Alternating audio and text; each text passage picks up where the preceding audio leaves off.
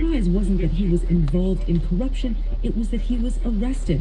We never imagined that would happen, he says. Among the other officials who are being extradited is the current and former head of the Regional Confederation representing North and Central America and the Caribbean, two former presidents of the governing body for soccer in South America, who are from Uruguay and Paraguay respectively, the president of Costa Rica's soccer federation, officials from Venezuela and Nicaragua are also alleged to have been involved in the massive bribery and kickback scheme, not to mention 3 Argentine businessmen. Not a great day for football in the region, says Juan Pitaluga, a reporter in Uruguay. Football in Latin America, he says, has had a cloud over it for some time. Corruption, bad management, violence. The only great thing we have is our players. The leadership, he says, has always been a disappointment. He adds, we hope this will mean a new era. Football is a big business, it's true, but it doesn't have to be a dirty business. Lourdes Garcia Navarro, NPR News, Rio de Janeiro.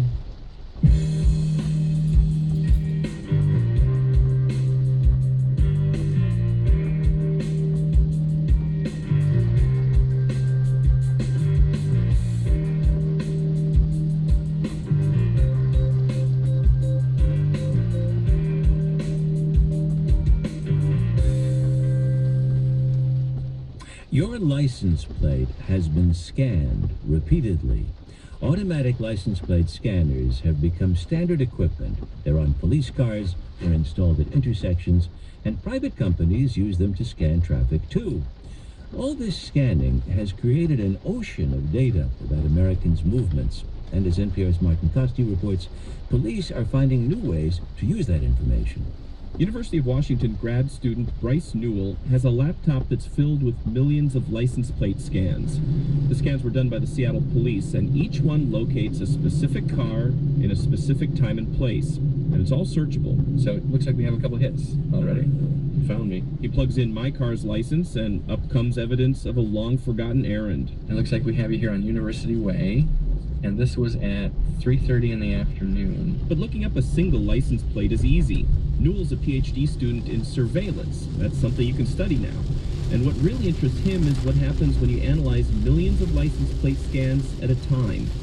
He says with that many scans, you start to see larger patterns. As we mix data between roving systems on these patrol cars and systems mounted on, say, red lights, the law enforcement could get a much better picture of our individual movements, and with enough data, predict where we might be or when we might leave our home or when we might be at home, for instance. That degree of prediction is still just theoretical, but some police agencies have started analyzing their stored plate data. Ron Sloan is director of the Colorado Bureau of Investigation. He says on one murder case, his people looked at the plate scans around the area where a body was found. We were able to do some rudimentary analysis of that data to try to determine whether or not there were vehicles that were going through the area that did not live in the area and that were from outside of the area, or vehicles that would not have been their route driving to home. In other words, they were looking for license plates that stuck out somehow. Sloan thinks this technique is promising, and he's worried about losing it. Privacy concerns have inspired some states to limit these databases, forcing police to delete records after a period of time. Sloan is the president of the Association of State Criminal Investigative Agencies, and in March, he and other leaders of police associations sent a letter to Congress warning that the police may lose a powerful new tool because of the public's misconceptions. That's their word. Sloan says people should remember that the police are not the same as the NSA. I think it's helpful for people to understand that their fears that they're being tracked or they're somehow having their privacy violated by tracking their personal pursuits over time is not something we even have the capabilities of doing, and we have no interest in that. But in the end, it may not matter much that states are limiting the size of the license plate databases that police collect. That's because there's no limit on the license plate data in private hands. Jennifer Lynch is an attorney with the Electronic Frontier Foundation, and she says the nation's biggest collections of license plate data are controlled by companies such as Vigilant Solutions. Private companies don't have the same responsibilities as government.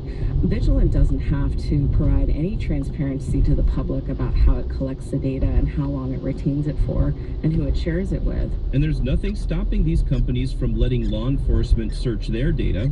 In fact, that's their business. The Department of Homeland Security recently announced plans to do nationwide license plate searches through a commercial service. The plan was meant to answer privacy fears about Homeland Security amassing its own giant database. But Lynch isn't reassured by that. She says it doesn't much matter to her that the license plate scans are in private hands if the government can still search them. Martin Costi, NPR News.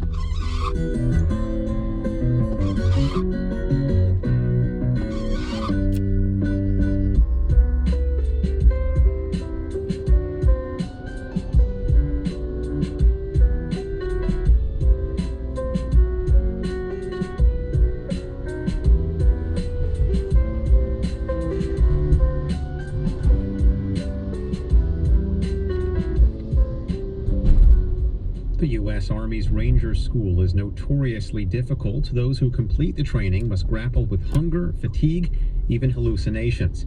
Now, one group of soldiers is trying to make history by becoming the first women to graduate from Ranger School. We'll have that story coming up next. This is All Things Considered on WNYC. WNYC is supported by the New Jersey Board of Public Utilities Clean Energy Program, offering financial incentives for businesses, schools, local governments, and residences to make energy-efficient improvements. More at njcleanenergy.com/NPR. WNYC is giving away 5 pairs of passes to the 18th Brooklyn Film Festival, May 29th to June 7th. Enter to win. Click on giveaways at wnyc.org by 11 tonight and follow the instructions. I'm Stephen Dubner. On the next Freakonomics Radio, we talk about new ways to think about failure. I failed for the first 5 or 7 years. Now I look back and I say, why did I keep going that long? Because of the shame. I didn't want to admit failure. Failing well and failing fast. How failure can be your friend. That's next time on Freakonomics Radio. Hear this and all our Freakonomics Radio podcasts at Freakonomics.com. This is WNYC. I'm David First. A proposal to build 2 residential towers along the East River in Brooklyn is moving forward after the developer and opponents of the project reached a settlement today. The plan by the Brooklyn Bridge Park Corporation to build 430 residential units, at least 30% reserved for affordable housing, had been temporarily stopped after local park advocates and neighbors had filed a lawsuit. They argued that the apartments were not necessary to ensure the financing for the park. As part of the agreement, the public will have more opportunities to comment as the project moves forward. Taking a look at the weather, we've been seeing these scattered thunderstorms early this evening, and that's going to be followed by variable clouds this evening and some occasional showers overnight. We'll be getting down to a low this evening around 69 degrees. This is WNYC at 7:20. Support for NPR comes from WNYC members and from the Maine Office of Tourism, which offers travelers an opportunity to explore and discover their main thing, to be inspired, be adventurous, and be yourself. The journey begins at visitmaine.com. And Ann and John Herman, supporting City Year, whose diverse teams of AmeriCorps members dedicate a year of full-time service in high-need urban schools to help students succeed. cityyear.org. From NPR News, this is All Things Considered. I'm Robert Siegel. And I'm Audie Cornish. This is a story of soldiers doing battle. The enemy's hunger, fatigue, even hallucination. The soldiers are women. They're fighting their way through the Army's notoriously difficult Ranger School. They're trying to make history by becoming the first women to graduate from it. It's a test that thousands of men before them have failed. And it's one of several Pentagon experiments to see how best to move women into ground combat roles. Jay Price of member station WUNC reports from Fort Benning, Georgia.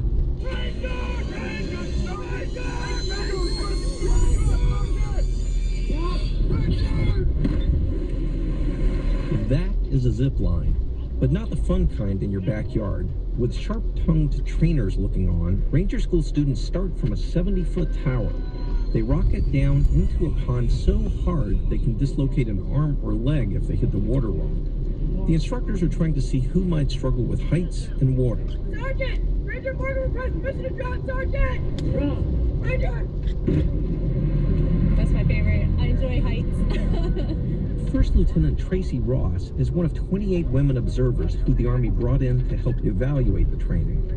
The Army wouldn't let journalists talk to the students, but Ross knows what they're going through. She had to take all the physical tests the students did, but didn't have to pass them. We're just here to understand what they're going through. So actually going through the events gives us an idea of how it's going to be like, so we can provide feedback. It's only hours into the 62-day course. By this point, though, nearly a quarter of the 400 students have washed out for good, including 3 of the 19 women. In a normal year, only about half the men who try are able to finish. Ranger School is vitally important training for anyone who aspires to be an infantry leader. About 90% of the Army's senior infantry officers wear the coveted arch-shaped Ranger tab. Some folks argue that Ranger School is the best leadership school in the world, and I won't argue that. Everyone kind of wants a Ranger tab. It's kind of instant credibility. For enlisted personnel that are Ranger qualified, a tremendous amount of credibility. That was Colonel William Butler, Lieutenant Ross again, and Major John Vickery. They're all helping run the training. Opening the school to women is billed as a one-time experiment. 2 years ago, the Defense Department lifted the ban on women serving in small ground combat units. Now, each service branch has until the end of the year to figure out how to fit women into those jobs, or say why it can't. Ranger School is famous for pushing students to their physical and mental limits for weeks on end. Ranger, get across that hole or you can quit. Most who drop out of Ranger School do so in the first 4 days, days built around a battery of must-pass fitness tests. That means a lot of ups. Push-ups, sit-ups, chin-ups, and up to 3 a.m. to navigate by compass, solo, through bogs and thick underbrush. The first week's ordeal culminates with a 12-mile march under heavy packs that has to be finished in 3 hours. Ranger training replicates the pressures of combat, and is kind of a human pressure cooker. Sergeant First Class Travis Phoenix is a longtime Ranger instructor. We, yell at them to create that stress that they're going to have in combat or whatever, because nobody has a quiet conversation in combat. The students are kept moving, kept awake, and kept hungry. Ranger, hurry up. They get about 3.5 hours of sleep a day, and so little food that even men in great shape typically lose 15 to 20 pounds. You know how many God-fearing Americans want to be walking across that log? By the final phase of the training, after the basic push-ups and sit-ups and the zip line, after working on small unit tactics, after learning to fight in the mountains, the soldiers are sent to a Florida swamp so exhausted that many are no longer sure what's real. Everybody hallucinates. I don't think there's one Ranger student that could tell you they didn't have one time where they saw something that was not there. I watch guys go up an escalator in the middle of the swamp, but then I blinked 4 times and laughed it off. The problem is that some guys take what their eyes see as the gospel. The decision to let women try Ranger School triggered an outcry from critics, including retired and active duty Rangers. Some complain women are taking hard-to-get student slots that should go to men. And they say the school's harsh standards would have to be lowered to accommodate female troops. Officials say the standards won't change. Hey, Ranger, listen up. When I say your name, sound over here. Here at Fort Benning, the trainers are too busy to dwell on the debate. Major John Vickery runs a navigation test as part of the Ranger course. As a safety measure, it's near a highway, a landmark that lost students can't miss. What do you think about the idea of women as Rangers? Let me think about that for a minute. I think it's fair to give the opportunity to people who are up for the challenge.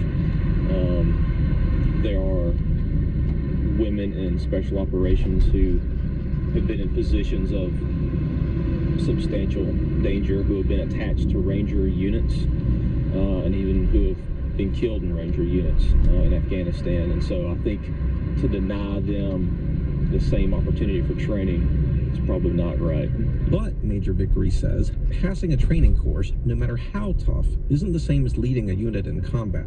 Putting a woman in a small outpost in Afghanistan with 30 males, I think may pose some significant challenges that the Army would really have to work through to make sure that that's okay.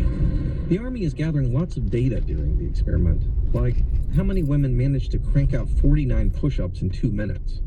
But the Army thinks Ranger School will also reveal things that can't be measured, like how women will take on leadership roles under the stress of combat, which Ranger School tries to simulate. Rangers, you need to get aggressive.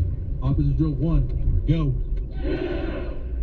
300 students pair off in a giant dirt and wood chip circle known as the pit. They brandish black plastic daggers. An instructor with a bullhorn coaches them on knife fighting. A female soldier, little more than 5 feet tall, her expression blank, faces a 6-foot man. After the knife practice, instructors urge the students to crawl, jog, and lunge in a circle, yelling. And at times hoisting each other aloft for buddy carry. Move with a sense of urgency, Raiders. Buddy carry. One woman staggers along with a nearly 200-pound man draped across her shoulders. Of the 19 women who started the course, 8 are still in. A dropout rate not too different from the men's. They still have more than a month to go. For NPR News, I'm Jay Price. That story is part of our project Back at Base, NPR's collaboration with 7 member stations from around the country.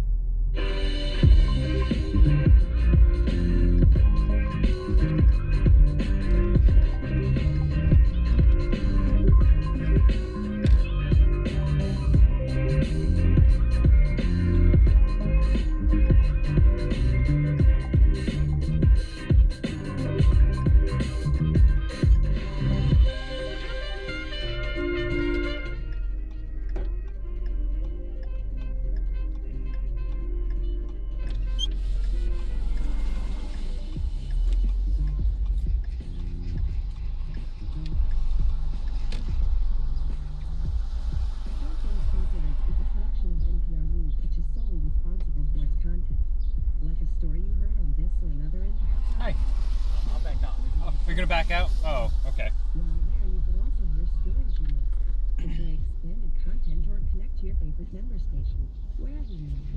Take the NPR app to your mobile device.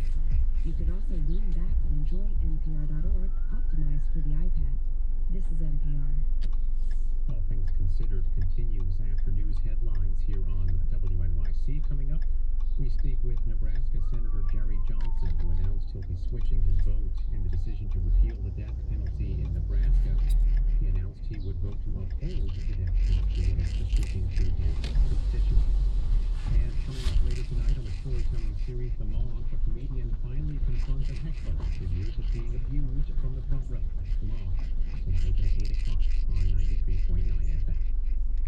They moved mountains, dredged waterways, and dammed rivers to make America, while the older ones for the half-full or quarter-full pools of water, hoping we can use it.